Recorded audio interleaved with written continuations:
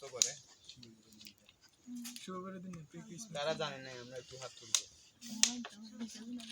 আচ্ছা আচ্ছা, দিদি জানেন না। আর আপনি তো আমাদের বিএমডব্লিউ স্টুডেন্ট না মনে হয় না? এরকম তো কোর্স করেন একবার? সার্টিফিকেট পাইছেন? পাইছেন তো আর করেন নাই কেন? আমি এখানে থাকি না তো। আমাদের এখন আমি চট্টগ্রামে থাকি। আচ্ছা আচ্ছা, ভালো।